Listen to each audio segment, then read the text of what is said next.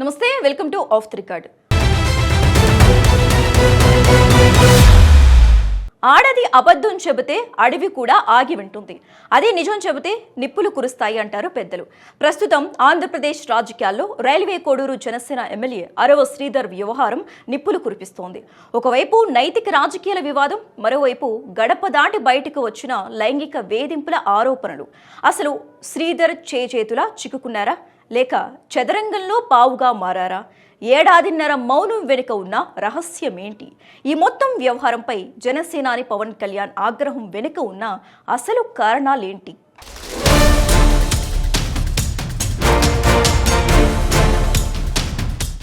చెట్టు చెడితే గాలికి కాదు, కొమ్మల భారానికి అన్నట్లుగా ఎమ్మెల్యేలుగా గెలిచిన కొద్ది రోజులకే శ్రీధర్ చుట్టూ వివాదాలు చుట్టుముట్టాయి. బాధితురాలు వీణా చేస్తున్న ఆరోపణలు వింటే ఎవరైనా విస్తుపోవాల్సిందే. ఆమె కథనం ప్రకారం 2024 జూన్ 14న టెలిగ్రామ్ యాప్ ద్వారా మొదలైన పరిచయం ఆ తర్వాత అసభ్యకర వీడియో కాల్స్, మెసేజ్ల వరకు వెళ్ళింది. అధికారాన్ని అడ్డుపెట్టుకుని ఉద్యోగం తీసేస్తానని, 3 ఏళ్ల కుమారుణ్ణి చంపేస్తానని బెదిరించి తన్ను లొంగదీసుకున్నారని ఆమె ఆరోపిస్తోంది. ఏడాదిన్నర కాలంలో తాను 5 సార్లు గర్భం దాల్చానని, ప్రతిసారి బలవంతంగా అబార్షన్లు చేయించారని ఆమె చేసిన వీడియో స్టేట్మెంట్ ఇప్పుడు రాష్ట్ర వ్యాప్తంగా కలకలం రేపుతోంది. భర్తకు విడాకులు ఇప్పించి కుమారుణ్ణి వేరు చేసి చివరికి తన వద్ద ఉన్న 7 లక్షల నగదు కూడా తీసుకున్నారని ఆమె ఫిర్యాదులో పేర్కొంది.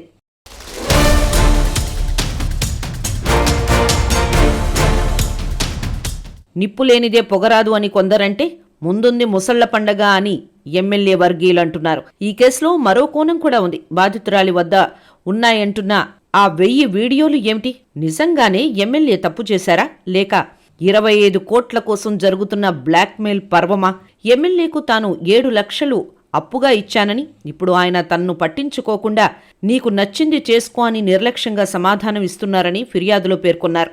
ఈ ఫిర్యాదుల్లో ఆరోపణలో నిజమెంతుందో గాని తనతో ఎమ్మెల్యే బంధాన్ని నిరూపించేందుకు 1000 వీడియోలు ఉన్నాయని, ఇవన్నీ బయటపెడతానని బాధితురాలు చాలా స్పష్టంగా చెప్తోంది. 25 కోట్ల కోసం ఆమె బ్లాక్మెయిల్ చేస్తోందా? 5 అబార్షన్లు జరిగాయా, లేదా ఆమె హనీ ట్రాప్లో ఎమ్మెల్యే చిక్కాడా?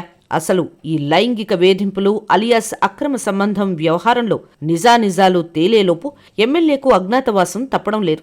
ఎందుకంటే ఏపీ మహిళా కమిషన్ చైర్మన్ ఈ కేసు విషయంలో చాలా సీరియస్గా ఉన్నారు. లోతుగా అన్ని కోణాల్లోనూ విచారణ జరిపారు. సమగ్ర నివేదికను తయారు చేశారు. రేపో మాపో ప్రభుత్వానికి సమర్పిస్తారు.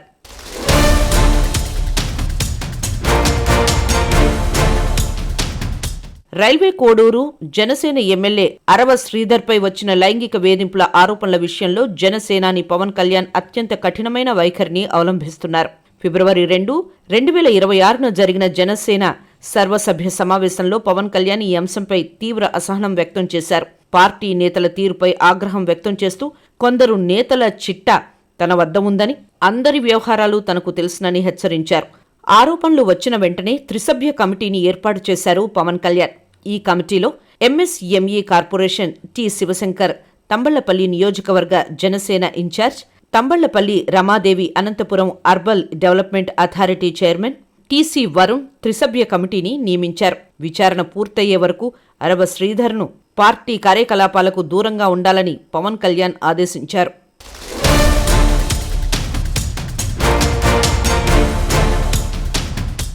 విచారణ నివేదిక ఇవ్వడంలో త్రిసభ్య కమిటీ కాలయాపన చేస్తోందని ఫిబ్రవరి 9న జరిగిన జేఎల్పీ సమావేశంలో పవన్ కళ్యాణ్ తీవ్ర అసహనం వ్యక్తం చేశారు. ఎందుకు జాప్యం జరిగిందని నిలదీశారు. నిజానికి ఫిబ్రవరి 3, 2026న తిరుపతిలోని రాజ్ రెసిడెన్సీలో ఎమ్మెల్యేను దాదాపు 7 గంటల పాటు త్రిసభ్య కమిటీ విచారించింది. ఈ ఆరోపణలన్నీ రాజకీయంగా తన్ను దెబ్బతీసేందుకు చేస్తున్న కుట్ర అని అరవ శ్రీధర్ కొట్టిపారేశారు. ఇందుకు కొన్ని కీలక ఆధారాలను, పత్రాలను కమిటీకి సమర్పించారు. ఈ నివేదిక ఆధారంగానే శ్రీధర్ను పార్టీలో కొనసాగించాలా లేదా అనే విషయంలో పవన్ కళ్యాణ్ తుది నిర్ణయం తీసుకోనున్నారు. అధినేత నిర్ణయానికి కట్టుబడి ఉంటాను అని అరవ శ్రీధర్ ఇప్పటికే ప్రకటించారు.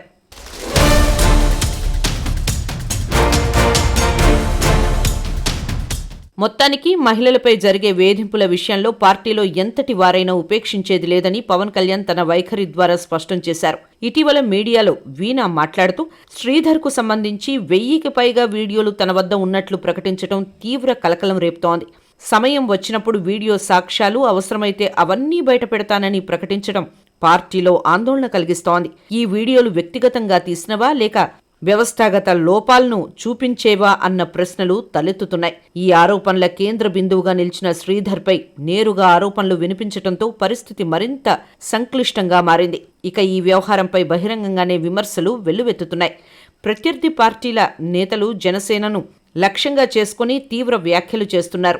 నైతిక రాజకీయాలు అనే నినాదంపై అధికారంలోకి రావాలన్న పార్టీకి ఇది పెద్ద పరీక్షగా మారిందని వారు విమర్శిస్తున్నారు. మరోవైపు సోషల్ మీడియా వేదికగా వీడియోలు, వ్యాఖ్యలు వైరల్ అవుతుండటంతో పార్టీకి నష్టం వాటిల్లే ప్రమాదం ఉందన్న ఆందోళన వ్యక్తమవుతోంది.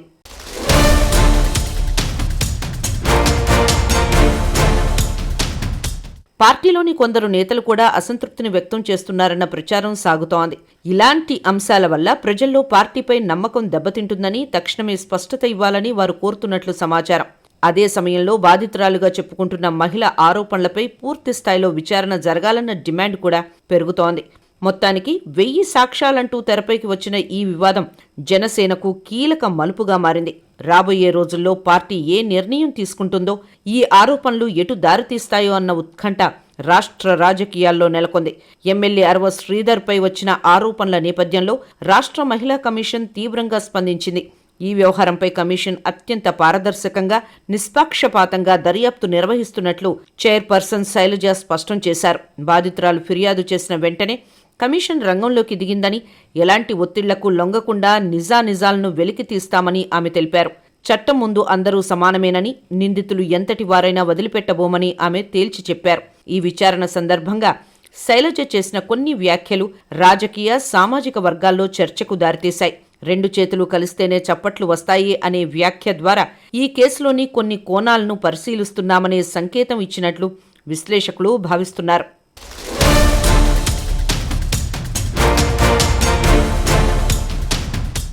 ఘటన వెనుక ఉన్న పూర్తి నేపథ్యాన్ని లోతుగా అధ్యయనం చేస్తున్నామని, ఒకే పక్షం వాదనకే పరిమితం కాకుండా అన్ని ఆధారాలతో తుది నిర్ణయానికి వస్తామని శైలజ తెలిపారు. ఎట్టి పరిస్థితుల్లోనూ మహిళా కమిషన్ బాధితుల పక్షానే నిలుస్తుందని ఆమె గట్టిగా భరోసా ఇచ్చారు. సమాజంలో మహిళలకు అన్యాయం జరిగితే భయం లేకుండా కమిషన్ను ఆశ్రయించాలని ఆమె పిలుపునిచ్చారు. ఈ కేసులో బాధితురాలికి పూర్తి రక్షణ, న్యాయ సహాయం అందిస్తామని, విచారణలో జాప్యం జరగకుండా చూస్తామని హామీ ఇచ్చారు. రాజకీయ రంగు పులమకుండా మహిళా హక్కుల పరిరక్షణే లక్ష్యంగా పనిచేస్తామని ఆమె స్పష్టం చేశారు.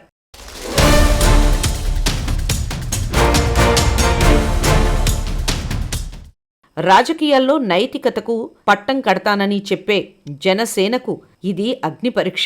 శ్రీధర్ నిర్దోషిగా బయటపడతారా, లేక ఆ 1000 వీడియోలు ఆయన కెరీర్ను అంతం చేస్తాయా? ఆరోపణలు ఎదుర్కొంటున్న ఎమ్మెల్యే అజ్ఞాతంలో ఉండటం, మరోవైపు పవన్ కళ్యాణ్ కఠిన నిర్ణయానికి సిద్ధమవడం చూస్తుంటే ఈ కేసులో ఏదో పెద్ద మలుపు ఉందనేది స్పష్టమవుతోంది. వేచి చూడాలి న్యాయం ఎటు నిలుస్తుందో.